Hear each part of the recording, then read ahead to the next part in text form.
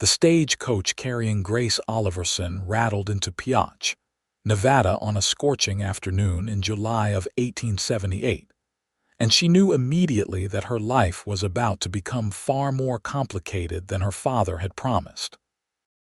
Grace pressed her gloved hand against the dusty window, peering through the grime at the rough mining town sprawled across the hillside.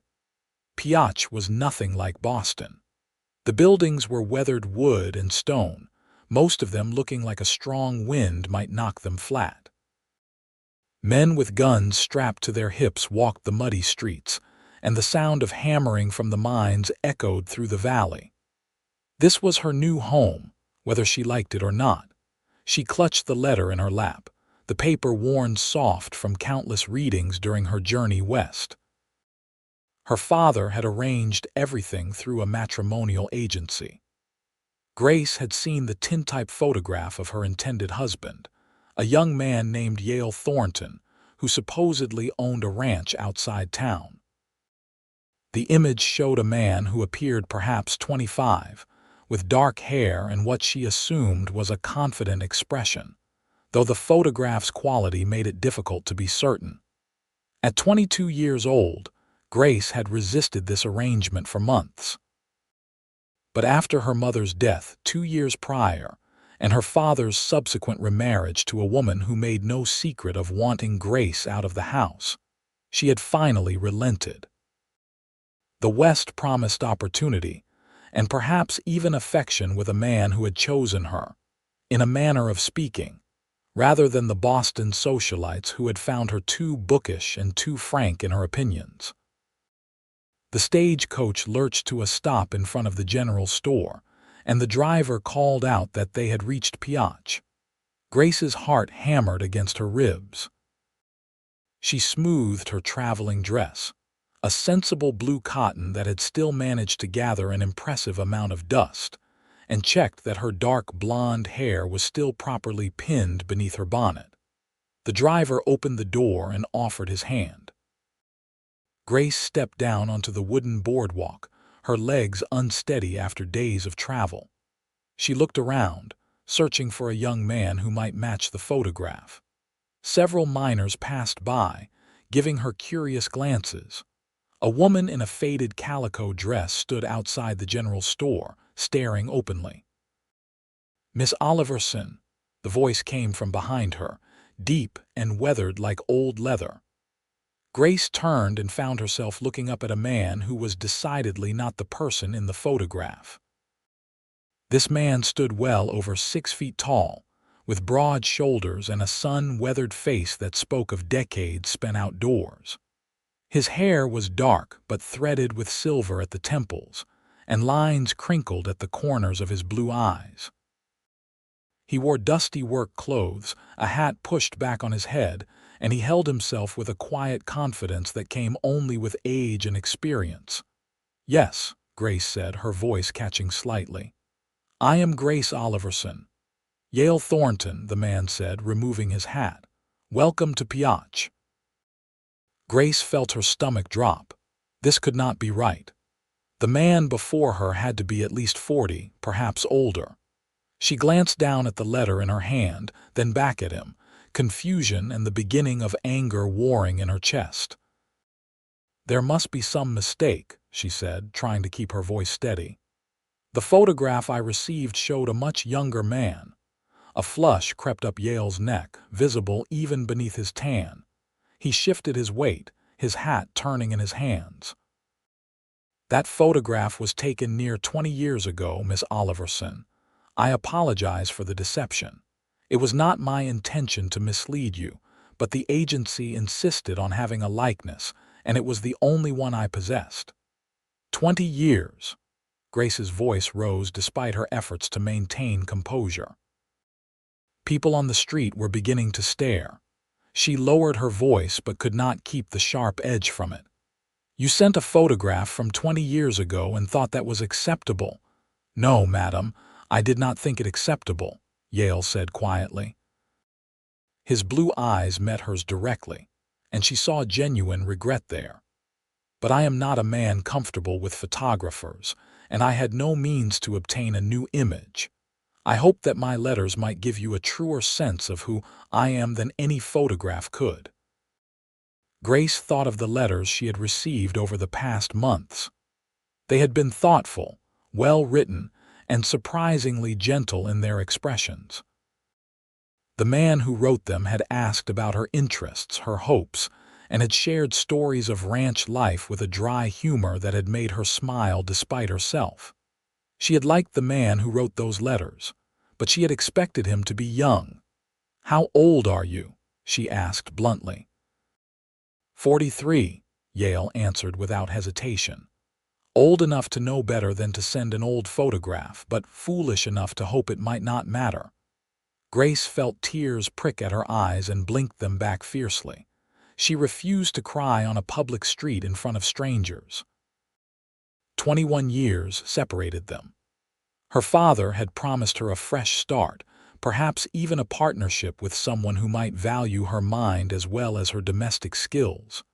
Instead, she had been sent to marry a man old enough to be her father. "This is unacceptable," she said, her voice trembling now with both anger and the exhaustion of travel. "I was led to believe I would be marrying a man of comparable age. This is nothing like what was promised." Yale's jaw tightened, but he nodded slowly. "You are right to be upset, Miss Oliverson. The fault lies with me, and perhaps with the agency that saw fit to arrange matters without full honesty. However, you have traveled a great distance, and you must be tired and hungry. Would you allow me to take you to the boarding house? Mrs. Chen runs a respectable establishment where you can rest and refresh yourself. Then we can discuss what you would like to do." Grace wanted to demand he put her back on the stage coach immediately, but her practical nature asserted itself. She had no money for return passage. Her father had paid for a one-way ticket and would not welcome her return. Even if she could somehow manage the fare, arriving back in Boston as a failed mail-order bride would make her situation even worse than before. "Fine," she said stiffly. "Please take me to the boarding house." Yale retrieved her trunk from the back of the stagecoach, lifting it as though it weighed nothing, and gestured down the street. Grace fell into step beside him, acutely aware of the curious stares following them. The town seemed rougher up close than it had from the stagecoach window. They passed a saloon where music and raucous laughter spilled into the street, a butcher shop with carcasses hanging in the window, and several buildings that appeared to be mining offices. "Pioche is a silver mining town," Yale said, apparently attempting to fill the awkward silence.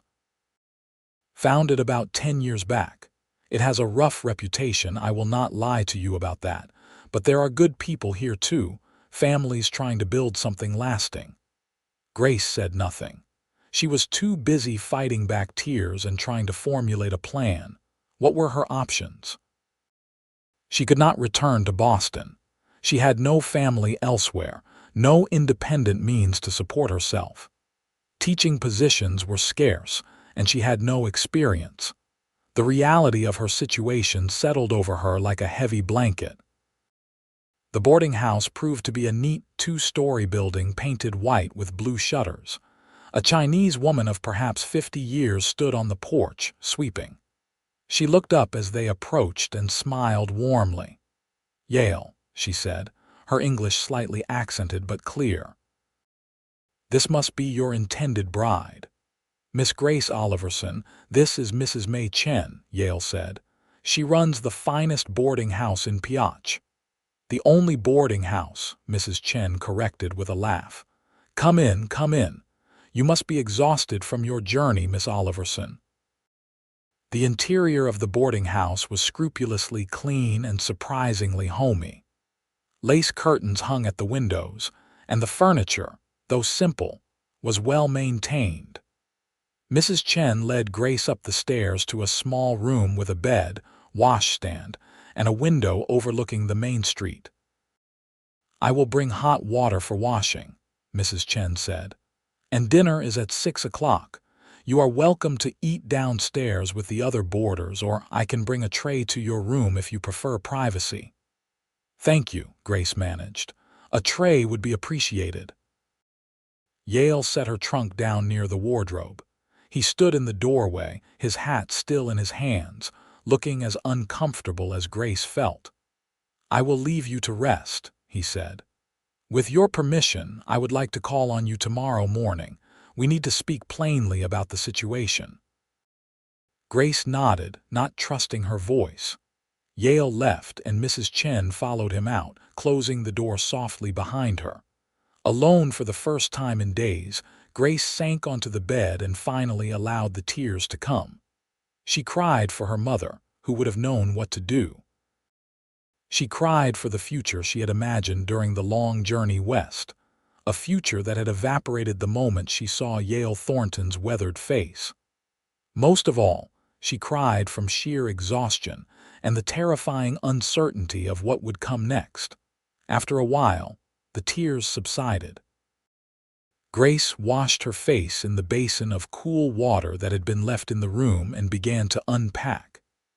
Mrs. Chen arrived with hot water and fresh towels, along with a promise that dinner would arrive shortly. Grace changed out of her traveling dress into a simple cotton day dress and attempted to make herself presentable. Dinner proved to be a substantial meal of beef stew, fresh bread, and dried apple pie. Grace had not realized how hungry she was until she began eating. Mrs. Chen had included a pot of tea, and Grace savored the familiar comfort of a proper cup after days of questionable water and weak coffee. As the sun set over the mountains, casting the town in shades of orange and purple, Grace sat by the window and tried to think clearly. She had three options as far as she could determine. First, she could go through with the marriage to Yale Thornton despite the age difference and the deception of the photograph. Second, she could try to find work in Pioche and make her own way, though she had no idea what kind of respectable employment might be available to an unmarried woman in a rough mining town. Third, she could throw herself on Mrs. Chen's mercy and hope that she might know of other options. None of the choices appealed to her particularly. Marriage to a man more than 20 years her senior felt wrong, almost like a betrayal of the future she had hoped for. But what did she truly know of Yale Thornton beyond his age? His letters had been kind. He had been honest about his age when confronted, and he had shown concern for her comfort. Was it fair to dismiss him entirely because he was older than she had expected? Grace thought of her father's new wife, bitter and pinched, who had made Grace's life miserable for the sole crime of being a reminder of his first, happier marriage. She thought of the narrow opportunities available to unmarried women in Boston, the way she would have ended up either a governess or a companion to some difficult old woman, always dependent on the goodwill of others. At least as a wife, she would have her own home, her own domain. But to share that home with a man old enough to be her father. The thought made her shudder. She slept poorly that night, her dreams full of stage coaches carrying her back and forth across an endless dusty plain, never arriving anywhere safe. Morning came too quickly. Grace rose, washed and dressed in her second-best dress, a green calico that brought out the color of her hazel eyes. She pinned her hair carefully and tried to prepare herself for the conversation ahead. Mrs. Chen brought breakfast, along with the news that Yale Thornton had already called once and would return in an hour if that suited Miss Oliverson. "He is a good man, that Yale," Mrs. Chen said as she set down the tray of eggs, bacon, and toast. "I have known him 5 years, since I came to Pioche. He helped me when I had trouble with men who did not want a Chinese woman running a business. He stood up for me when others would not." Grace absorbed this information silently. It painted a picture of a man with character, but it did not change the fact of his age. "How long has he been looking for a wife?" Grace asked. Mrs. Chen poured tea from a delicate pot, a piece of china that seemed incongruous in the rough mining town. 2 years, maybe longer. He had a wife before, long ago. She died in childbirth along with the baby. It was before he came to Nevada. He does not speak of it much, but the sadness is there. Grace's irritation faltered slightly. She had not considered that Yale might have his own sorrows, his own reasons for seeking a companion through a matrimonial agency. "Why did he wait so long to look for another wife?" she asked. "Grief, I think," Mrs. Chen said. "And maybe he thought he was better alone. But a ranch is hard to run by yourself, and a house is cold without a family. Everyone deserves companionship, Miss Oliverson, even men who have made mistakes." Mrs. Chen left Grace to her breakfast and her thoughts. The food was excellent, but Grace barely tasted it. She was trying to reconcile the information she had just received with her anger from the previous day. Yale Thornton had lost a wife and child. He had spent years alone, building a ranch, and had finally decided to seek a new partner. The deception of the old photograph was wrong, but perhaps she could understand the desperation that might drive a man to such an act. When Yale knocked on her door precisely an hour later, Grace felt marginally more prepared to face him. She opened the door to find him dressed much as he had been yesterday, though his shirt looked freshly washed and his hair was still damp from washing. He held his hat in his hands and looked distinctly nervous. "Miss Oliverson," he said, "I hope you slept well." "Well enough," Grace said, which was not entirely true. "Please come in. We should talk." Yale hesitated. "It would not be proper for me to be in your room without a chaperone, madam." "Might we speak in the parlor downstairs? Mrs. Chen has said we could use it privately." Grace felt a flush of embarrassment. She should have thought of that herself. "Of course. Let me get my shawl." The parlor was a cozy room at the front of the house, furnished with a horsehair sofa and 2 chairs arranged around a small fireplace.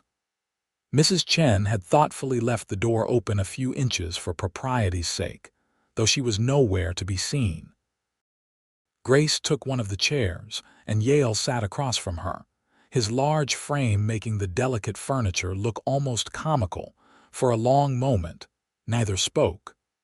Grace studied Yale more carefully than she had been able to yesterday. In the morning light streaming through the lace curtains, she could see more details. His face was lined, certainly, but they were honest lines, the kind that came from squinting into the sun and genuine smiles rather than dissipation. His hands, resting on his knees, were calloused and scarred from work.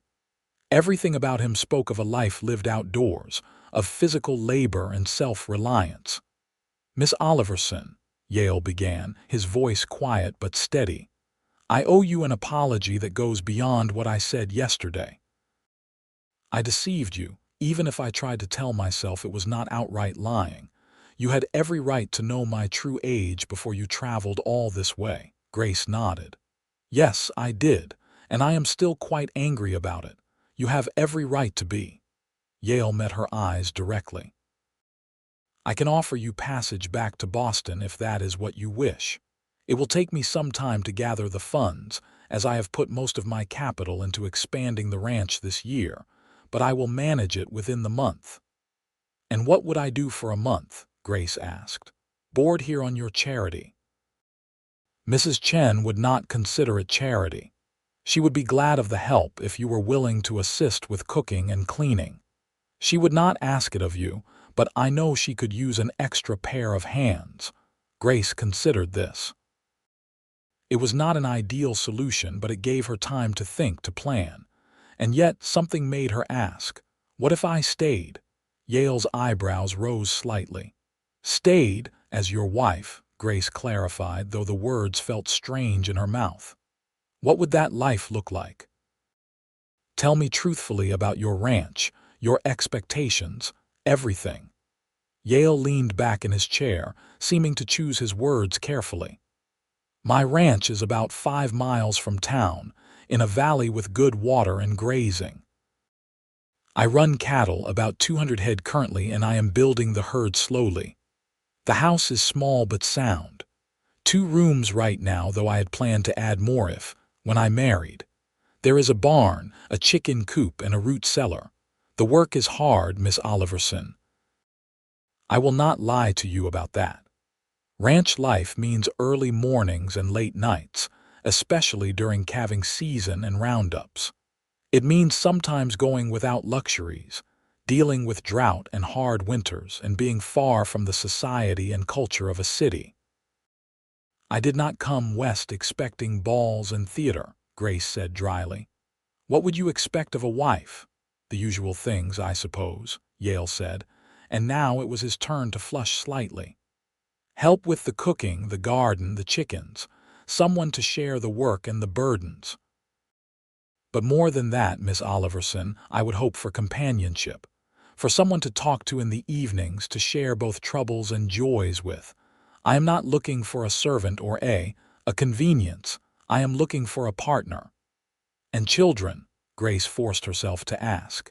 You would expect children.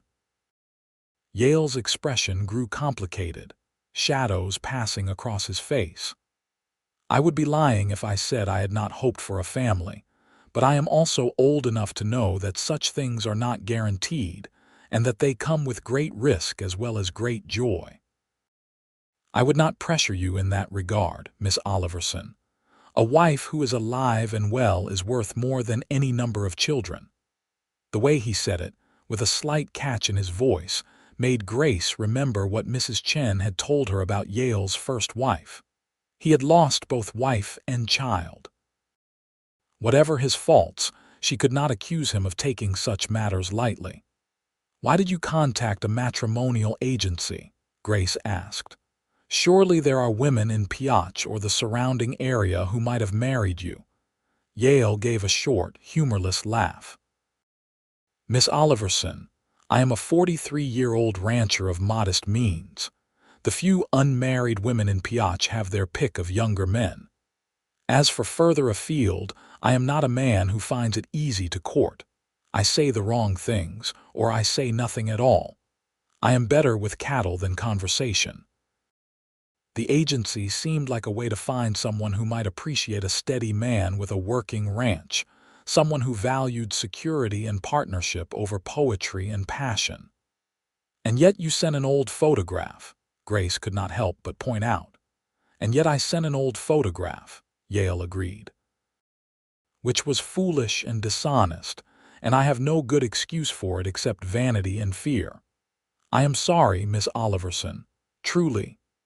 Grace looked at him, this weathered man with his calloused hands and his sad eyes and his honest admission of faults.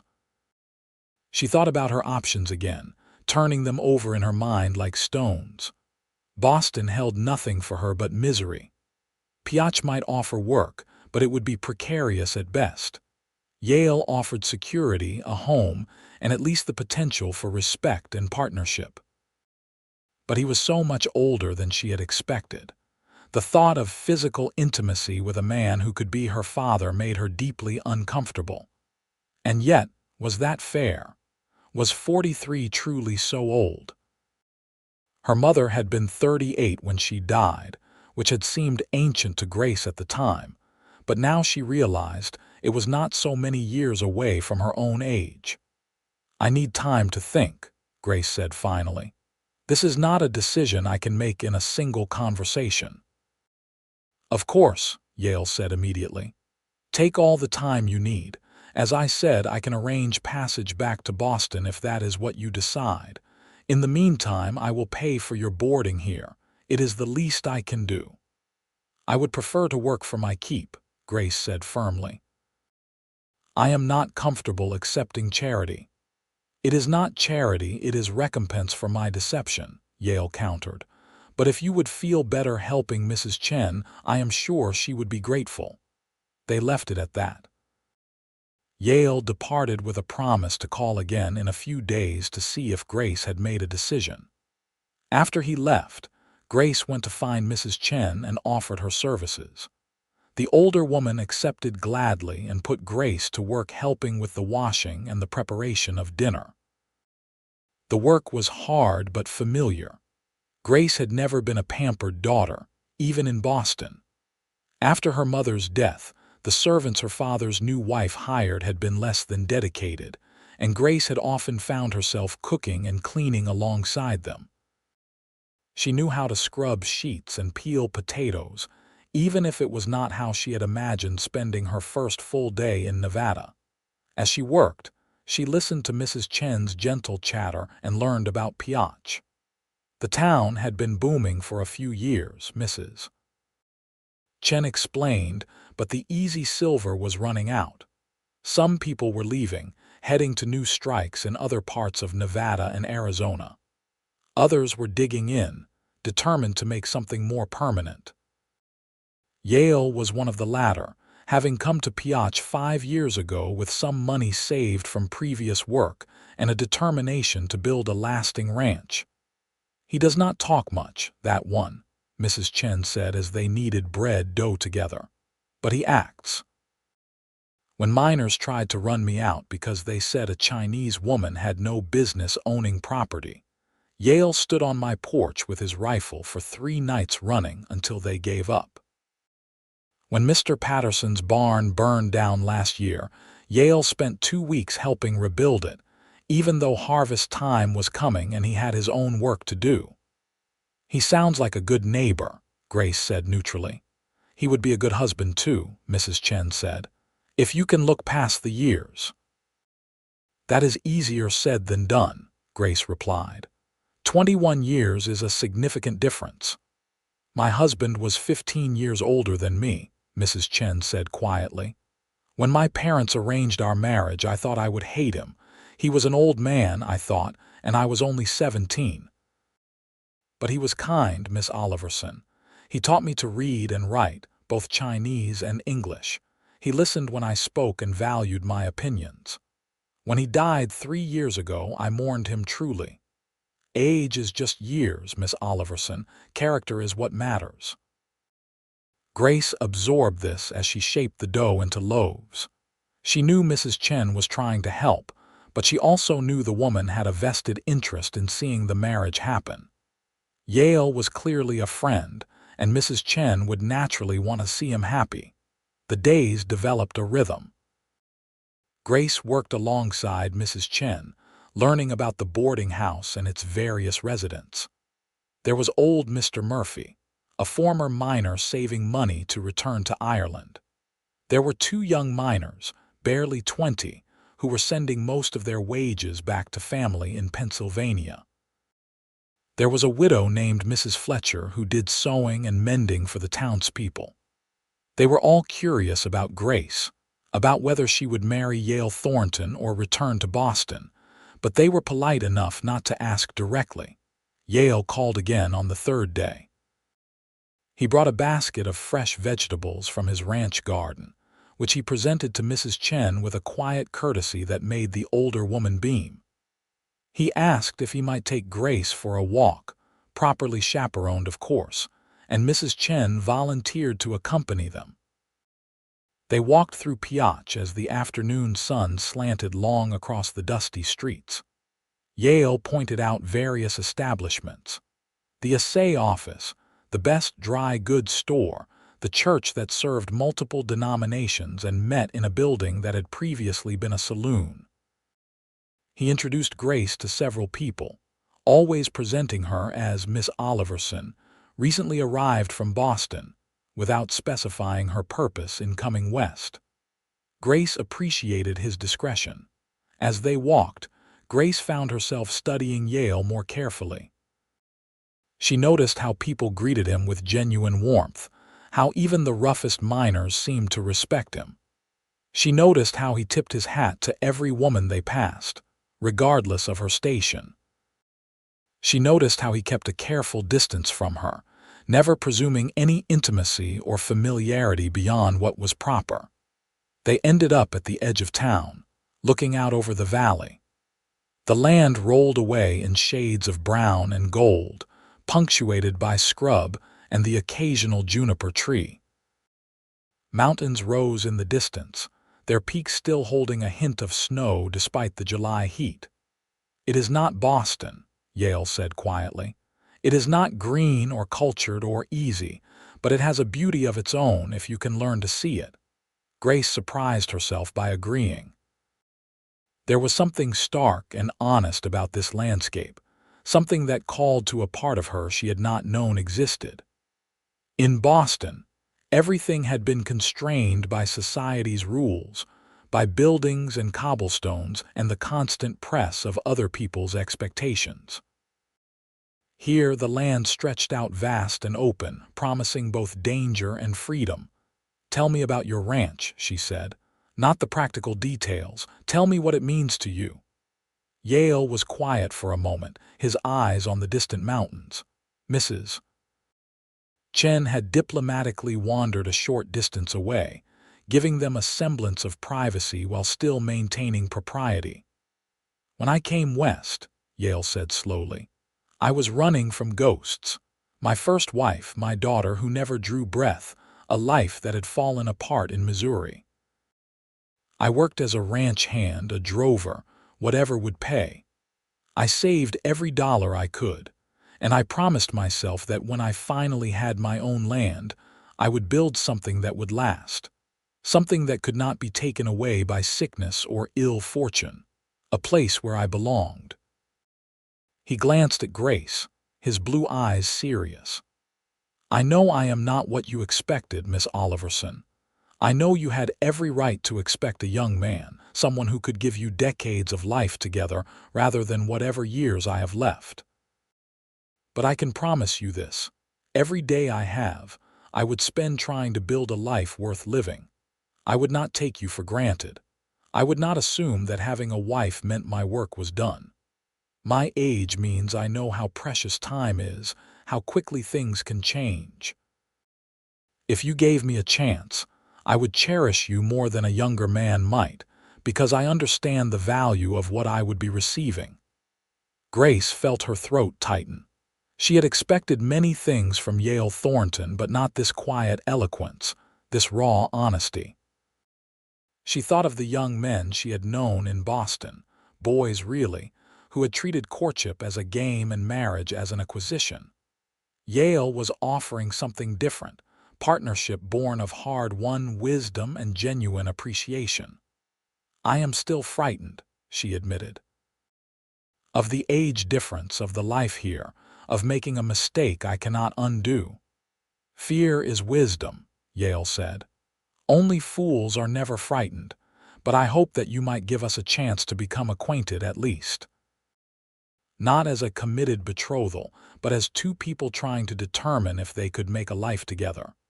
Would you be willing to visit the ranch, to see what I am offering before you decide? Mrs. Chen could accompany us for propriety." Grace considered this. It seemed reasonable, a middle ground between accepting and fleeing. "Yes," she said. "I would like to see your ranch." They arranged it for 2 days hence, which would give Yale time to make the house presentable and Mrs. Chen time to arrange for someone to watch the boarding house. Grace spent those 2 days in a state of nervous anticipation. She helped Mrs. Chen with the endless work of running a boarding house and tried to imagine herself as a ranch wife. The morning of the visit dawned clear and hot.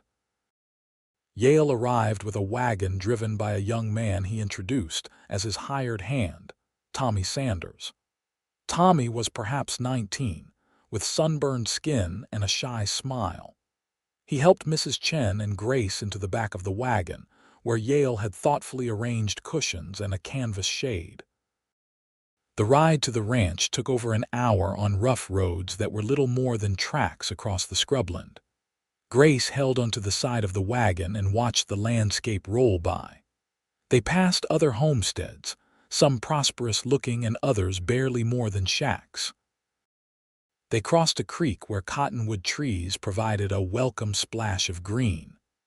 They startled a small herd of pronghorn antelope that bounded away across the plain with impossible grace. Finally, they rounded a curve, and the ranch came into view. It sat in a valley where two small streams converged, creating a ribbon of green through the golden landscape. The house was small, as Yale had said, but it was well built of wood and stone with a solid roof. A barn stood nearby, larger than the house, and Grace could see chickens scratching in a fenced yard.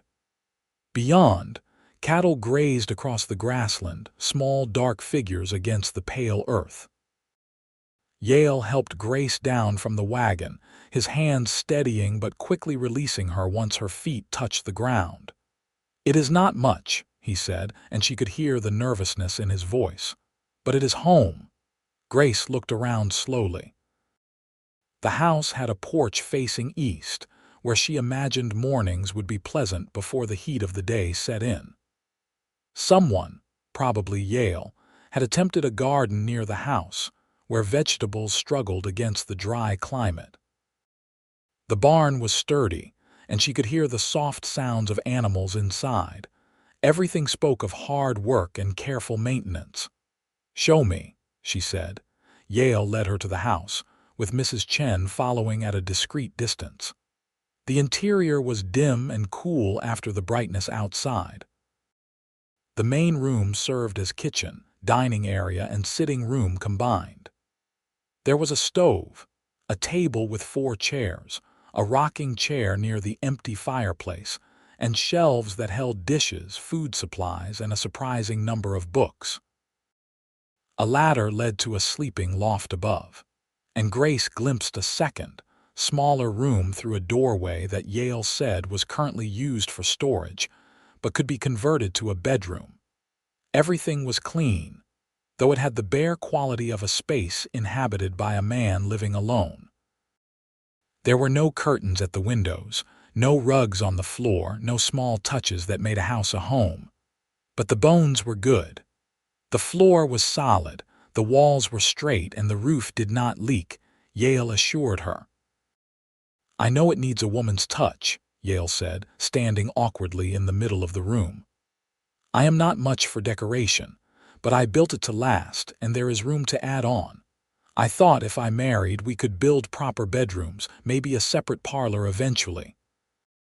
Grace walked around the room, running her fingers over the table, examining the books on the shelf. She recognized some of the titles, practical manuals on farming and animal husbandry, but also novels by Dickens and a volume of Wordsworth's poetry. She glanced at Yale in surprise. "I like to read," he said defensively. "A man can work with his hands and still exercise his mind." "I did not say otherwise," Grace replied. "I am pleased to see it. I was worried I would have no one to discuss books with." She saw Yale's expression lighten slightly. They went outside, and he showed her the rest of the ranch. The barn held 3 horses, including a gentle mare Yale said would be Grace's if she stayed. The chicken coop housed a dozen hens and a rooster who ruled his domain with strutting authority. The root cellar was well stocked with preserved foods and the first vegetables from the summer garden. Tommy had started a fire and was preparing coffee. Mrs. Chen had brought a basket of food, and they spread a cloth under the cottonwood trees near the house. As they ate bread and cheese and cold chicken, Yale talked about his plans for the ranch. He wanted to increase his herd, improve his breeding stock, perhaps add some pigs and dairy cows. He spoke with an enthusiasm that brought color to his weathered face and made him seem younger. Grace found herself asking questions, genuinely curious about the details of ranch life. How did one prevent cattle from wandering away? What happened during the winter when the grassland was covered in snow? How did roundups work? Yale answered each question patiently, never talking down to her or suggesting that such things were not her concern. "If you were my wife," he said at one point, "this would be your ranch as much as mine. I would need your help and your input. I am only one man, and there is more work than I can manage alone, even with Tommy's help during busy seasons. A successful ranch requires 2 people working together." After lunch, They walked along one of the streams. Mrs. Chen settled in the shade with her mending, giving them a bit more privacy while still remaining visible. Yale pointed out where he hoped to eventually build a larger dam to create a pond for watering stock. He showed her a spot where he had seen beaver working.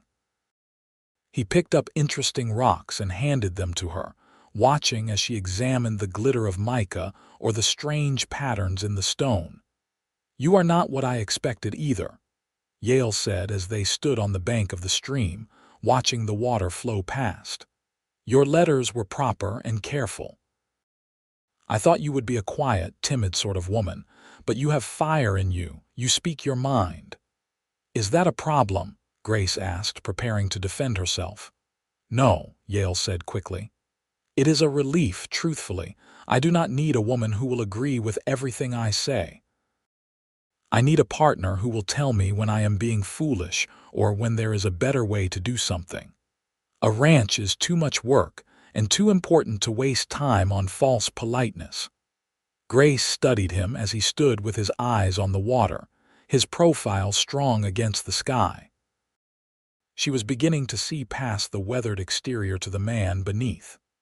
Yale Thornton was not sophisticated or polished, but he was solid, honest, and surprisingly thoughtful. The life he offered would be hard, but it would be real in a way her Boston existence had never been. The sun was beginning its descent when they loaded back into the wagon for the return to Pioche. Grace was quiet during the ride, her mind full of everything she had seen and heard. Mrs. Chen, perceptive as always, did not push her to talk, but simply sat beside her in companionable silence. That evening, as Grace helped prepare dinner at the boarding house, Mrs. Chen finally asked, "What did you think of the ranch?" "It was better than I expected," Grace admitted. "More substantial. Yale has built something real there." "And Yale himself," Mrs. Chen pressed gently. "What do you think of him?" Grace chopped onions for the stew, considering her words. "I think he is a better man than I initially gave him credit for. I was so angry about the photograph, about the age difference, that I did not see past those things. But he has depth, character. He has known loss and hardship, and it has made him thoughtful rather than bitter." "But," Mrs. Chen prompted. "But I am still frightened," Grace said, "of making the wrong choice, of ending up trapped in a difficult life with a man I cannot love." "Love can grow," Mrs. Chen said. "Affection, respect, partnership, these things can become love given time and care. Not the wild passion of young people, perhaps, but something steadier, stronger." Grace thought about this as she lay in bed that night. She had never expected wild passion. Her practical nature had always told her that marriages were built on compatibility and shared goals rather than romance. But she had hoped for someone closer to her own age, someone with whom she might share a longer future. And yet, Yale was offering her exactly what she had claimed to want: partnership, respect, a home of her own, and work that mattered. Was it fair to reject all of that because he was 43 instead of 25? Was his age really the issue? Or was she simply frightened of the enormity of the decision? Grace made her choice that night, lying in the darkness with the sounds of Pioche drifting through her window. She would not return to Boston. She would not spend the rest of her life wondering what might have been. She would marry Yale Thornton, and she would give the partnership an honest chance to become something more. The next morning, she asked Mrs. Chen to send word to Yale that she wished to speak with him. He arrived within hours, clearly having ridden hard from the ranch.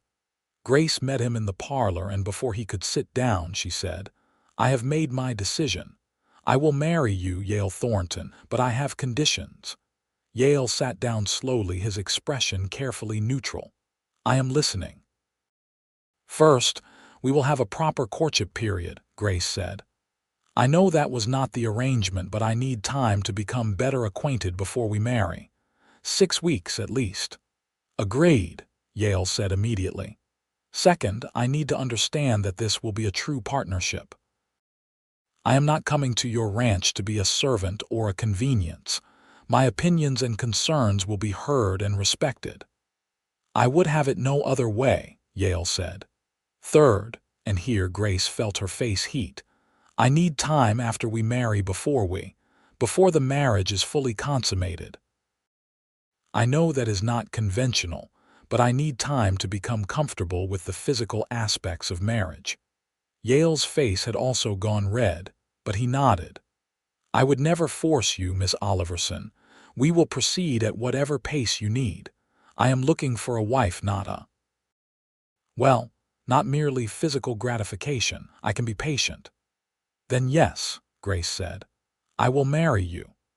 The relief on Yale's face was so profound that Grace felt her own anxiety ease slightly. Whatever else might be true, Yale clearly valued this arrangement as much as she did. He was not trapping her.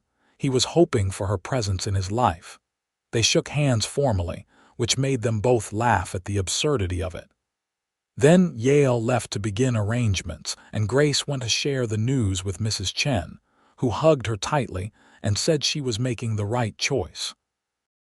The 6 weeks that followed were unlike anything Grace had experienced. Yale came to town 3 times a week to court her properly. They took walks, always chaperoned by Mrs. Chen or one of the other boarding house residents.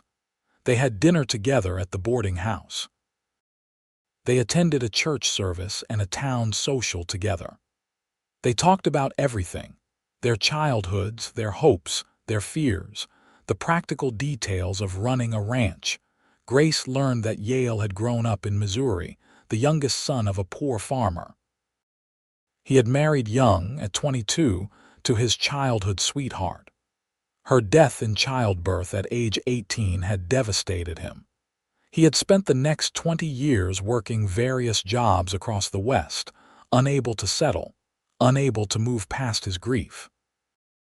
It was only in his late 30s that he had finally felt ready to build something permanent, to risk caring about the future again.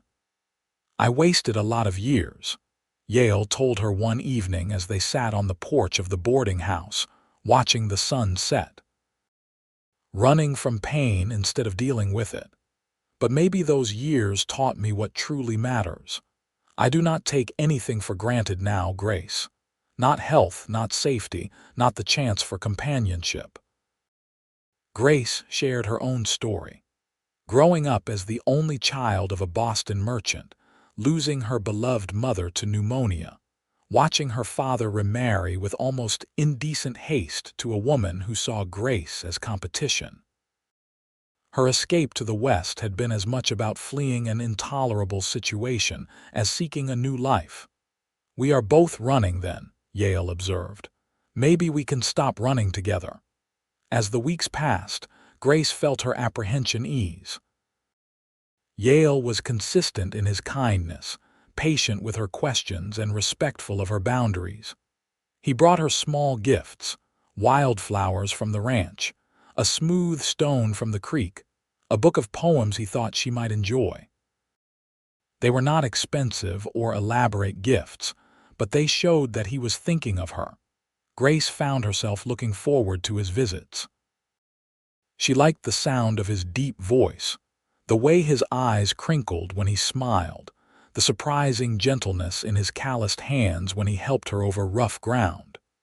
She began to notice not the lines on his face, but the character they represented. She began to think less about his age and more about his qualities, his steadiness, his humor, his quiet strength. She also spent time preparing for her new life. Mrs. Chen taught her how to preserve food, how to stretch supplies, how to manage the myriad tasks of running a household in the West.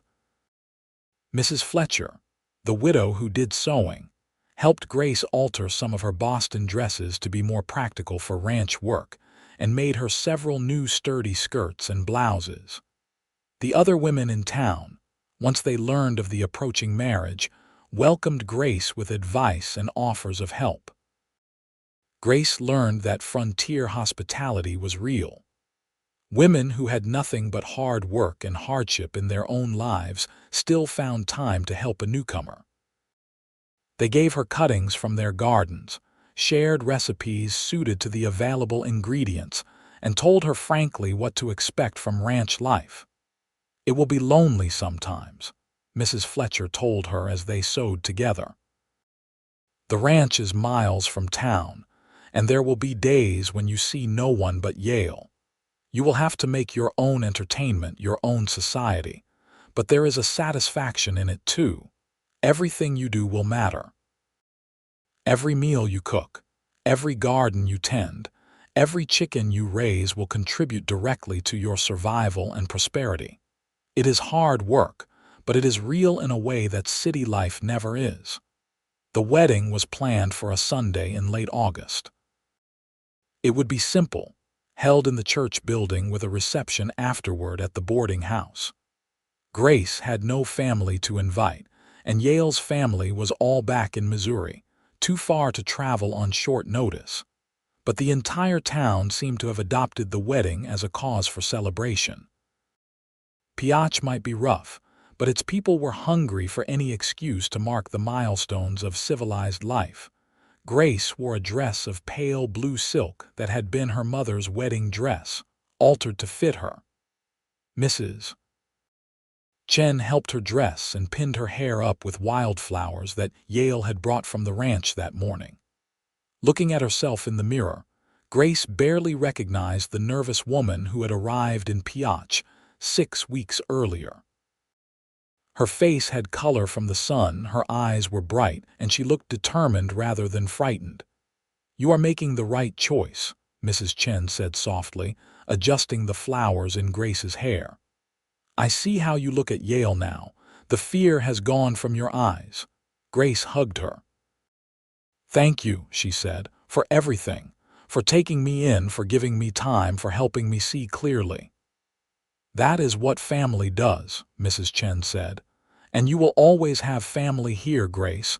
Do not forget that." The ceremony itself was brief. The minister, a Methodist circuit rider who covered several towns, spoke about partnership and God's blessing on marriage. Yale wore his best clothes, which were still practical ranch wear but clean and carefully pressed. He stood straight and tall, and when he said his vows, his voice was clear and steady. Grace said her vows with equal steadiness. She was choosing this. Whatever happened, she was walking into this marriage with open eyes and a willing heart. When the minister pronounced them married, Yale took both of Grace's hands in his and looked into her eyes with such profound gratitude that she felt tears prick at her own eyes. Then he leaned down slowly, giving her time to pull away if she wished, and kissed her gently on the lips. It was her first kiss, and it was sweet and respectful and somehow reassuring. The reception at the boarding house was lively. Someone had a fiddle, and there was dancing in the street. Food appeared from every household, a potluck feast that groaned on tables set up outside. Grace was hugged and congratulated by women she barely knew and found herself genuinely touched by the warmth of the community. As the sun began to set, Yale approached her and said quietly, "We should head to the ranch. I have everything prepared for you there."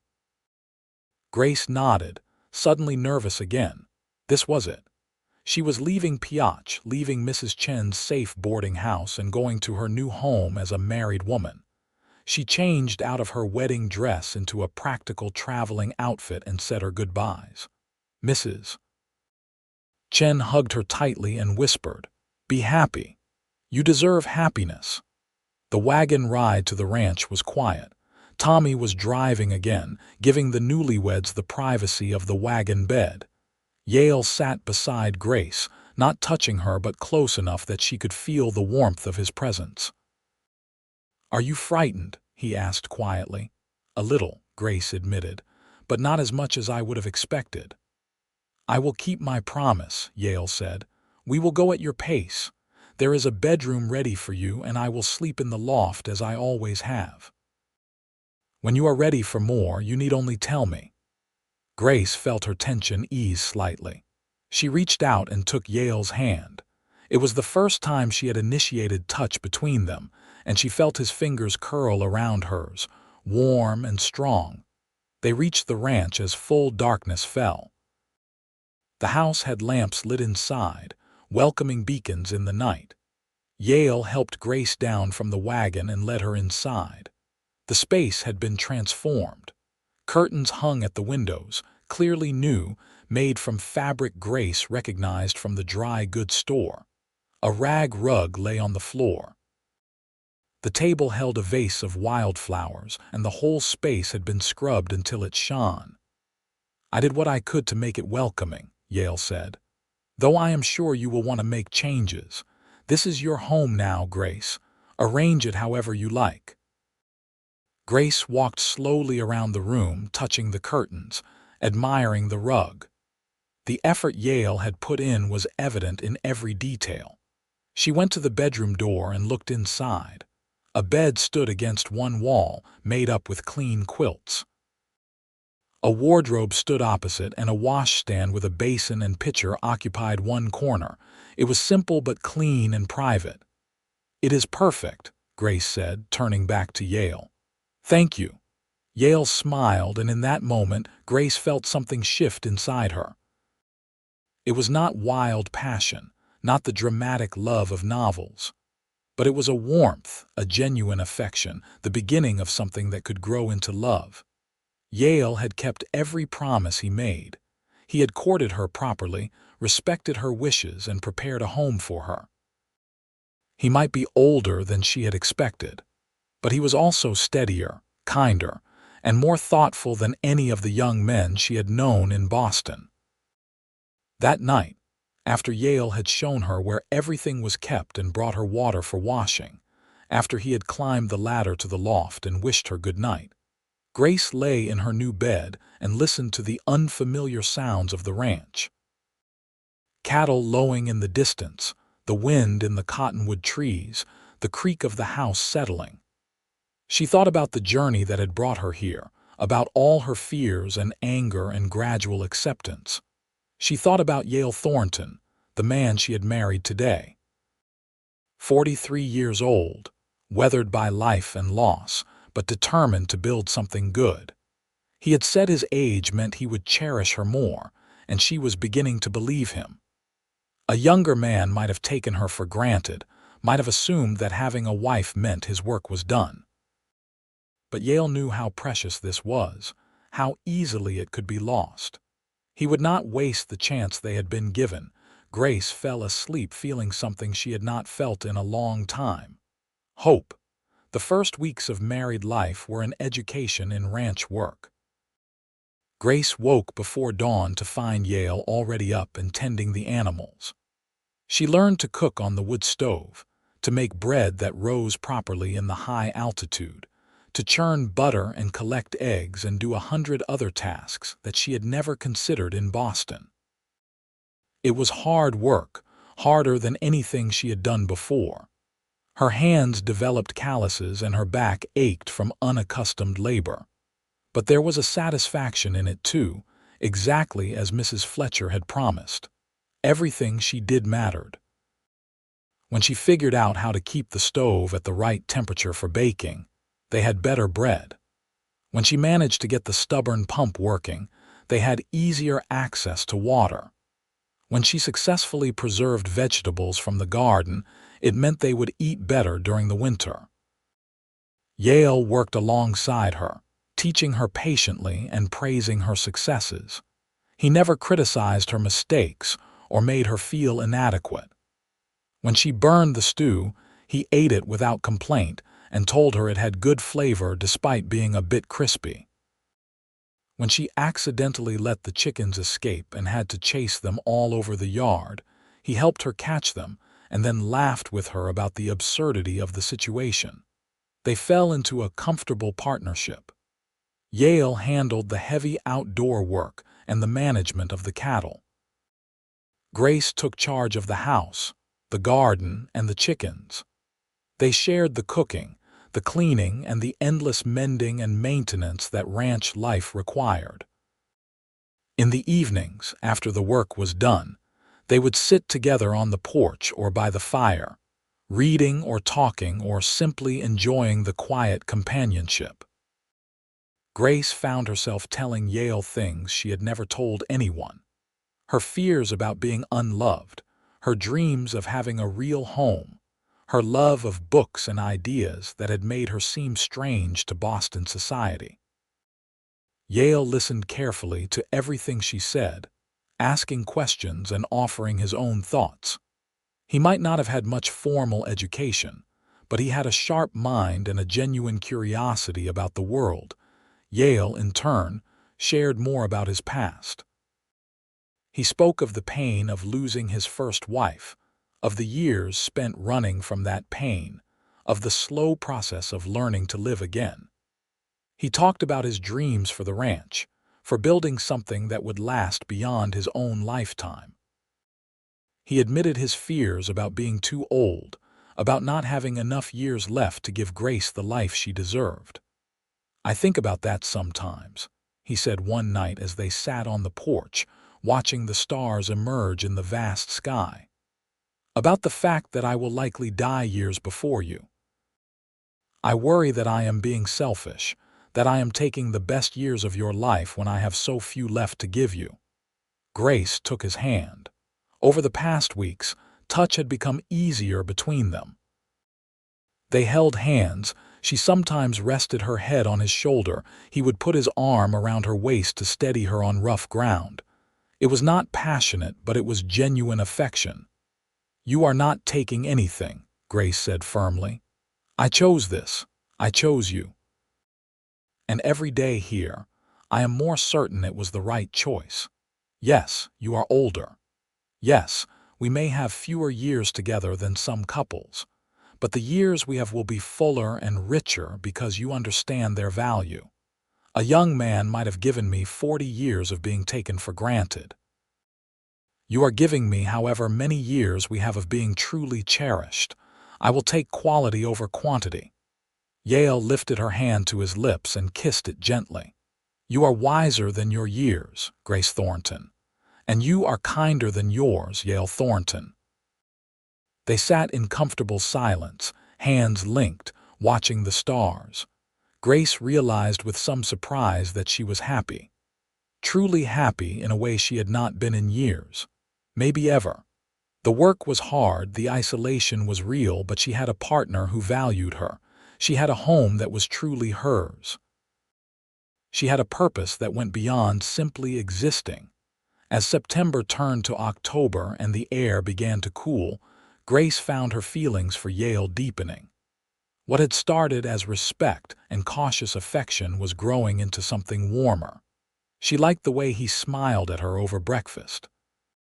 She liked the sound of his voice reading aloud in the evenings. She liked the strength in his hands and the gentleness in his touch. She liked the way he looked at her, as if she were precious and wonderful. One evening, as they prepared for bed, Grace stood in the doorway of her bedroom and said, "Yale." He paused halfway up the ladder to the loft. "Yes, I do not want you to sleep in the loft anymore." Grace felt her face heat but forced herself to continue. "I want you to share my bed. I am ready for us to be truly married." Yale climbed back down the ladder slowly. He crossed the room to stand before her, his expression serious. "Are you certain? There is no rush, Grace. I am content to wait as long as you need." "I am certain," Grace said. "I do not want to wait any more. I want to be your wife in every way." Yale cupped her face gently in his calloused hands. "I will try to be worthy of your trust," he said softly. Then he kissed her, longer and deeper than the chaste kisses they had shared before. That night, Yale came to her bed with a tenderness that made Grace understand why she had chosen him. He was patient and gentle, taking time to ease her fears and ensure her comfort. It was awkward at times, both of them learning each other, but it was also sweet and intimate and binding. Afterward, as Grace lay in Yale's arms, she felt the last of her reservations fall away. This was her husband, her partner, and increasingly, the man she loved. The weeks that followed brought a new depth to their relationship. Sharing a bed meant sharing more than just physical intimacy. It meant waking to Yale's presence every morning, falling asleep to the sound of his breathing every night. It meant learning each other's rhythms and habits, adapting and adjusting until they moved through their days with the practiced ease of a true partnership. Winter came to Nevada, bringing cold nights and occasional snow. Grace had been worried about being isolated at the ranch, cut off from town and other people. But she found she did not mind as much as she had feared. Yale was good company, and they had created a comfortable world within their small house. They played cards in the evenings and read books aloud to each other. Yale taught Grace to play chess, using pieces he had carved from wood. Grace taught Yale the more complex aspects of grammar and spelling, helping him improve his writing. They talked about everything and nothing, building the deep understanding that comes from truly paying attention to another person. In February, Grace realized she was pregnant. She was terrified to tell Yale, remembering what had happened to his first wife. But when she finally gathered her courage and shared the news, his reaction was not what she expected. His face went pale and he sat down heavily at the table. "Are you certain?" he asked. "As certain as I can be," Grace said. "I am about 6 weeks along, I think." Yale was silent for a long moment. Then he looked up at her and she saw fear and hope warring in his expression. "I am afraid," he admitted. "Last time I lost everything.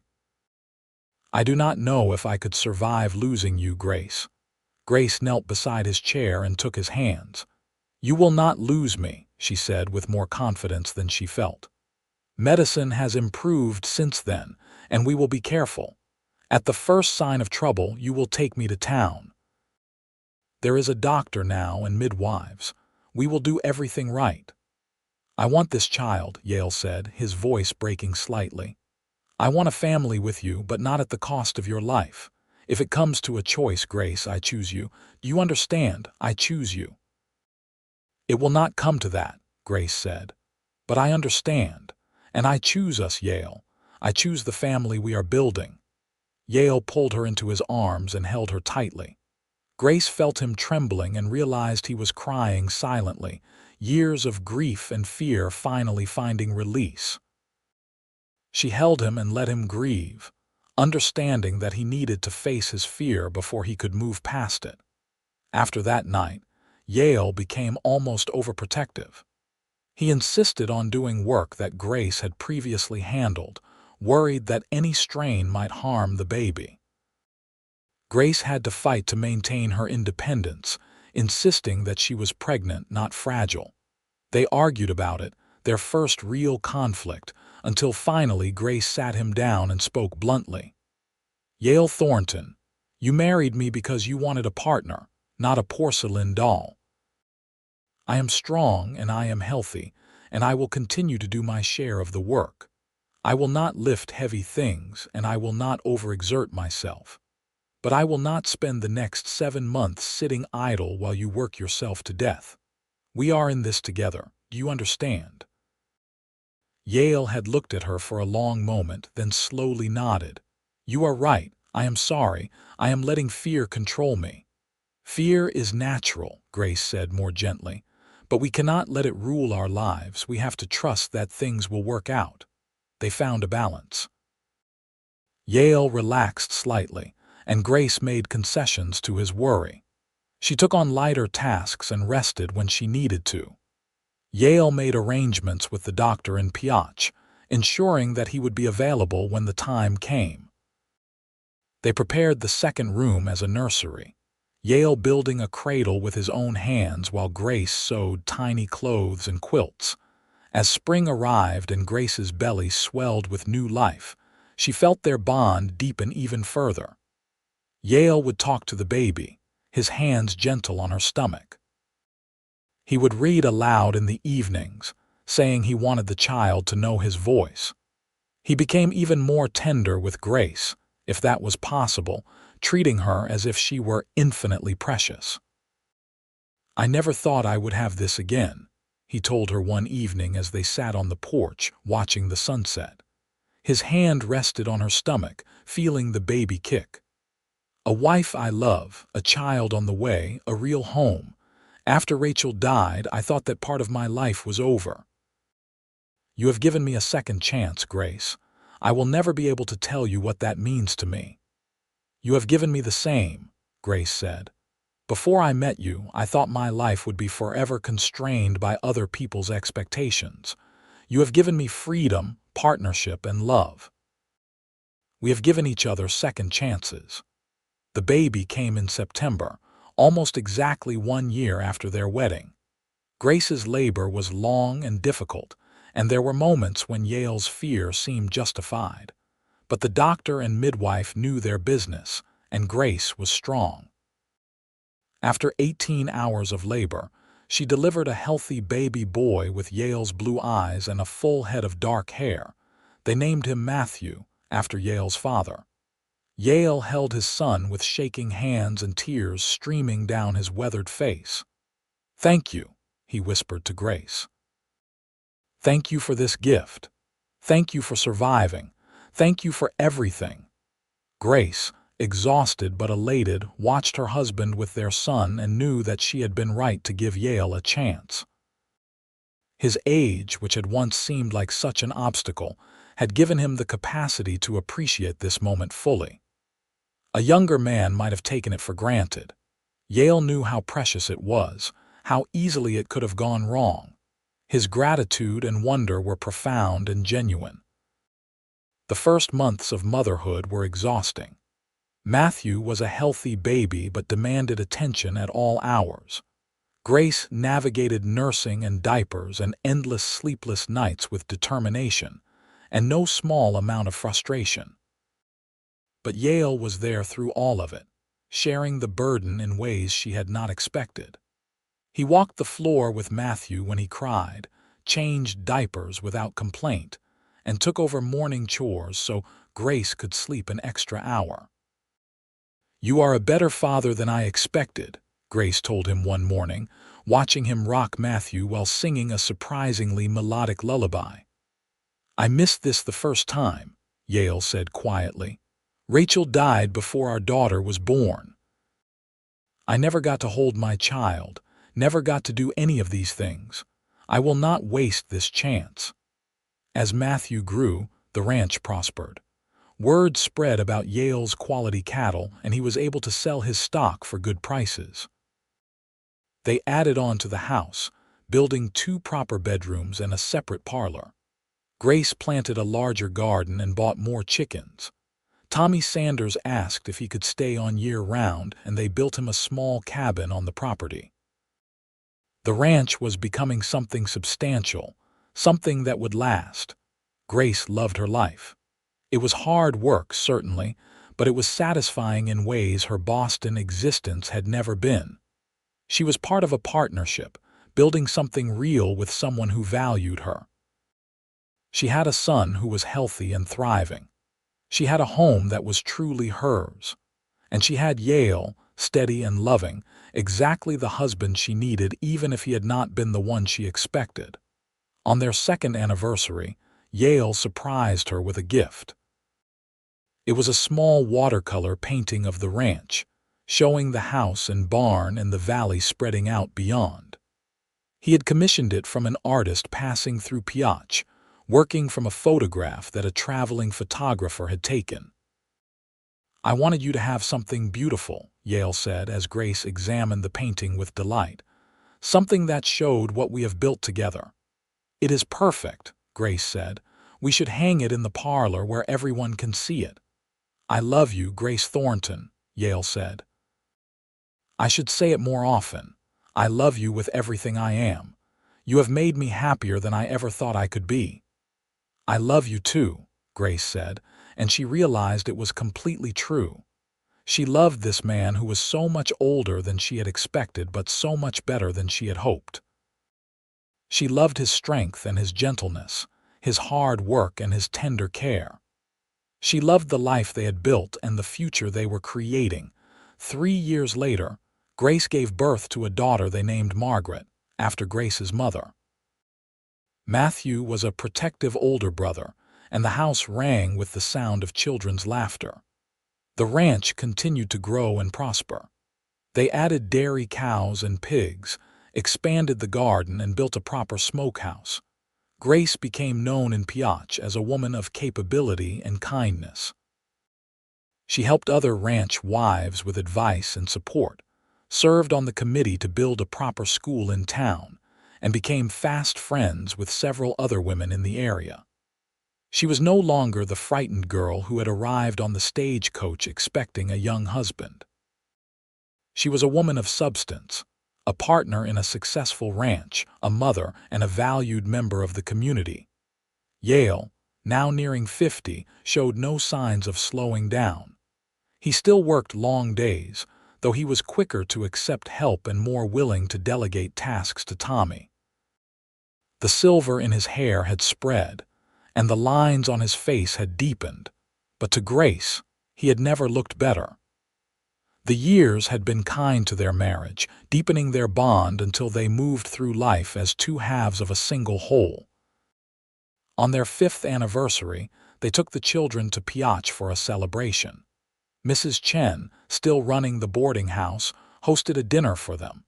Many of the people who had attended their wedding were there, along with new friends they had made over the years. "I knew you would be happy, Mrs. Chen said to Grace as they sat together watching the children play. "I saw the way you looked at Yale after you visited the ranch. You were beginning to see past the years to the man beneath." "You were right," Grace said, "about everything. Love did grow. It grew from respect and partnership and shared work, and now I cannot imagine my life without him." She looked across the room to where Yale stood talking with Tommy and some other ranchers. He caught her eye and smiled, and Grace felt her heart warm with affection. This man, this weathered, patient, steady man, was her husband and her partner. The fact that he was older than she had expected no longer mattered. If anything, it had become a blessing. His age had given him the wisdom to appreciate their life together, to cherish each moment, to never take her for granted. "My age means I will cherish you more," he had said on that first awkward day when she discovered the deception of the photograph. It had seemed like an excuse then, a rationalization for misleading her. But he had proven those words true every day since. Yale did cherish her, with a depth and consistency that a younger man might not have achieved. He had learned through loss what truly mattered, and he spent every day showing Grace that she mattered to him. The years continued to pass, bringing both joys and challenges. There were hard winters and dry summers, sick animals and failed crops. There were moments of fear when Matthew broke his arm falling from a horse, when Margaret developed a terrible fever that lasted for days. But through everything, Grace and Yale faced their troubles together, supporting each other and growing ever closer. When Matthew was 10 and Margaret was 7, Grace gave birth to another son, David. Yale was 53 by then, old to be a new father again, but he was delighted. He bounced David on his knee and taught Matthew to help with ranch work and read stories to Margaret with the same patience he had always shown. His age meant he tired more easily, but it also meant he had endless patience with his children. The children adored their father. Matthew followed Yale everywhere, learning the intricacies of ranch management. Margaret had inherited Yale's love of reading and would sit on his lap for hours, demanding stories. David was still a baby, but he already showed signs of having Yale's steady temperament. Grace sometimes thought about the young man in the photograph, the 20-something Yale who had been captured in that old tintype. She wondered what kind of husband that young man would have been. Probably energetic, certainly strong, but would he have had the depth and wisdom of the Yale she knew? Would he have had the patience and appreciation that came from hard-won experience? She doubted it. The Yale she loved was the product of all his years, all his experiences, both good and bad. His age was not despite his suitability as a husband. It was integral to it. When Grace turned 30, they had another celebration. She stood on the porch of their expanded house, looking out over the ranch that had grown from a modest operation to a substantial enterprise. They had over 500 head of cattle now, plus horses, pigs, chickens, and dairy cows. They employed 3 full-time hands in addition to Tommy, who had become Yale's right hand. The house had grown to include a proper kitchen, parlor, 4 bedrooms, and even a small library where Grace kept her growing collection of books. "Happy birthday," Yale said, coming up behind her and wrapping his arms around her waist. At 55, he moved a bit slower than he once had, and his hair was more silver than dark. But his arms were still strong and his love was undiminished. "Thank you," Grace said, leaning back against him. "I have been thinking about the past 8 years, about how different things are from what I expected." "Are you sorry?" Yale asked quietly. "Do you regret giving an old cowboy a chance?" "Not even for a moment," Grace said, turning in his arms to face him. "You gave me everything I needed, Yale. You gave me a home, a family, a purpose, and most importantly, you gave me love. Real love, the kind that lasts through hard times and grows deeper with every passing year.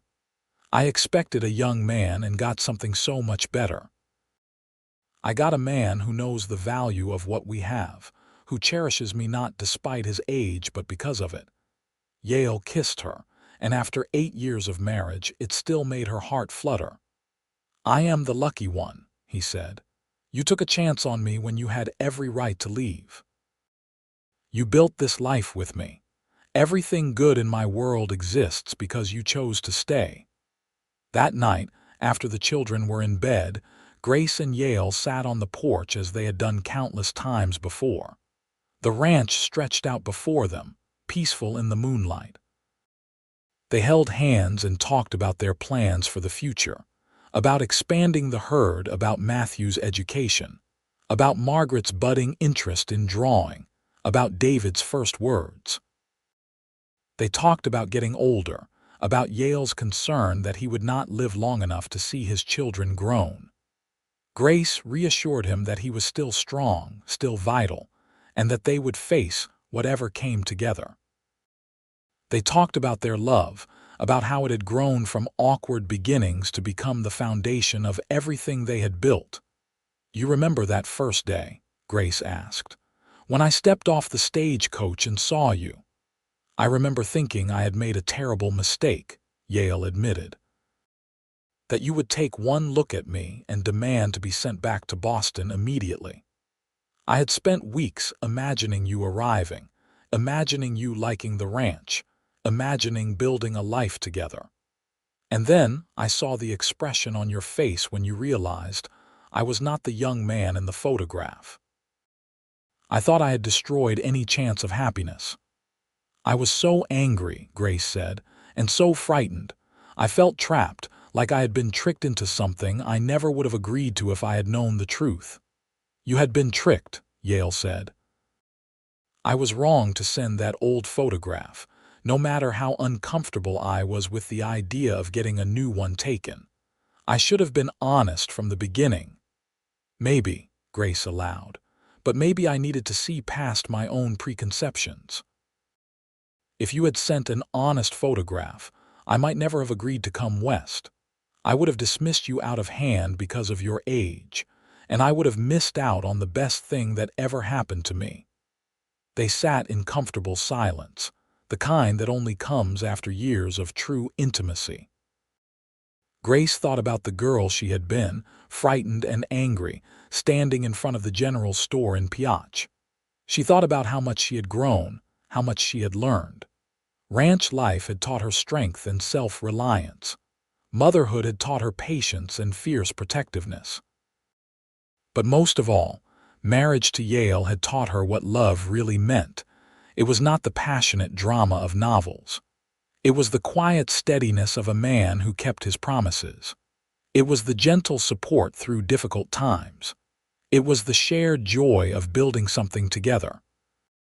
It was the deep comfort of being truly known and truly valued by another person. The years continued their steady march. Matthew grew into a capable young man who ran large portions of the ranch with Yale's guidance. Margaret developed real talent as an artist and filled the house with sketches of ranch life. David showed signs of inheriting his father's patient steadiness and his mother's sharp mind. When Yale turned 60, they threw a party that brought together neighbors from miles around. It was a testament to the respect Yale had earned in the community and the friendships the family had built. Grace watched Yale laugh and talk with friends and saw not an old man but a man in his prime, wealthy in the things that truly mattered. Mrs. Chen came from town for the party, now in her 70s but still spry. She pulled Grace aside and said, "I told you that you were making the right choice. Do you believe me now?" "I believed you years ago," Grace said, hugging her friend. "Thank you for giving me the time and space to see clearly. Thank you for everything you did for us." That night, as they prepared for bed, Yale said, "I have been thinking about the future, about what will happen to the ranch when I am gone." "You are not going anywhere," Grace said firmly. She did not like to think about losing Yale, even though she knew the day would eventually come. "Not immediately, I hope," Yale said with a slight smile. "But I am 60 years old, Grace. The odds say I have perhaps 10 or 15 more years if I am lucky. We need to plan." Matthew is old enough to start taking over more responsibility. And you need to know how everything works, the financial arrangements, the contracts, all of it. I will not leave you unprepared. Grace knew he was right, even though she hated the conversation. They spent the following weeks going over every detail of the ranch operations. Yale taught her about the business arrangements, showed her how to manage the books, explained the intricacies of buying and selling cattle.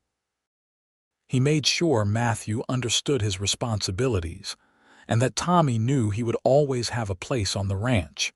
It was morbid in some ways, planning for Yale's death. But it was also practical and, in a strange way, loving. Yale was ensuring that his family would be cared for, that the ranch they had built together would continue. He was giving Grace the tools she would need to carry on without him, but Yale defied the odds. 60 became 65, and he showed no signs of slowing significantly. He moved a bit slower, certainly, and he let Matthew and the hands take on more of the physical work. But his mind was sharp, his humor intact, and his love for Grace as strong as ever. Matthew married at 22, bringing a sweet young woman named Sarah to the ranch. They built their own cabin on the property, and Sarah quickly became another daughter to Grace and Yale. Margaret left for a time to study art in San Francisco, an adventure that terrified Grace, but that Yale supported wholeheartedly. "She needs to see the world," Yale said when Grace worried about letting their daughter go. "She will come back to us, or she will not, but either way, she needs the chance to find her own path." Margaret did come back, 2 years later, with a portfolio of impressive work and stories of her adventures. She had decided that while she loved art, she loved the ranch more. She set up a studio in one of the outbuildings and began painting scenes of ranch life that eventually sold to collectors across the West. David grew into a quiet, studious young man who surprised everyone by wanting to become a doctor. Yale and Grace scraped together the money to send him to medical school, proud beyond words that their son wanted to help others. On their 20th anniversary, Grace woke to find Yale already up, standing at the window of their bedroom and looking out at the dawn breaking over the ranch. She got up and went to stand beside him, and he wrapped his arm around her shoulders. 20 years, Yale said softly. When you stepped off that stage, Coach, I would never have believed we would make it 20 years. I was so certain you would leave, so sure that I had destroyed any chance of happiness with my deception. And I was so certain I was making the biggest mistake of my life, Grace said. Marrying a man I barely knew, a man so much older than I expected. I thought I would spend my life regretting the choice. Do you? Yale asked. Regret it? Not even for a second, Grace said firmly. Best decision I ever made. You were right, Yale, that first day when you tried to explain about the photograph. Your age does mean you cherish me more. You appreciate what we have because you know how rare it is, how easily it could have been lost. A younger man might have taken me for granted. You never have. Not once in 20 years have I felt unappreciated or unloved. Yale kissed the top of her head. You saved me, Grace. When you agreed to marry me, when you chose to stay despite having every reason to leave, you saved me from a half-life of loneliness and regret. You gave me a real family, a real home, a real future. I will love you until my last breath and beyond. They stood together, watching the sun rise over the ranch they had built, surrounded by the life they had created. The house behind them held their children and now a grandchild, Matthew and Sarah's baby daughter. The land stretched out before them, productive and beautiful. Everything they had hoped for had come to pass, and more. Grace thought about the young woman she had been, so angry and frightened on that dusty street in Pioche. She wished she could go back and tell that girl that everything would be all right, that the weathered cowboy with the apologetic eyes would turn out to be the love of her life, that his age, which had seemed like such an insurmountable obstacle, would become one of his greatest gifts to her. But of course, that young Grace would not have believed her.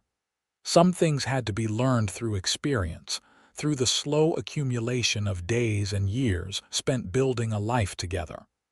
Love was not something that happened in a moment, despite what novels suggested. Real love was built slowly, brick by brick, through shared work and shared joy and shared sorrow.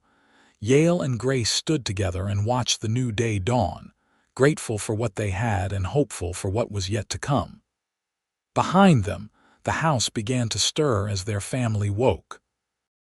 Before them, the ranch waited for another day of work and life. They had 20 years behind them, and however many more lay ahead, they would face them together. Yale's age meant he cherished Grace more deeply, loved her more consciously, appreciated her more fully. And Grace's choice to give him a chance to look past her initial anger and fear had given her a life richer and more fulfilling than anything she could have imagined. It was not the story she had expected, but it was a good story, a true story, a love story that had been built to last.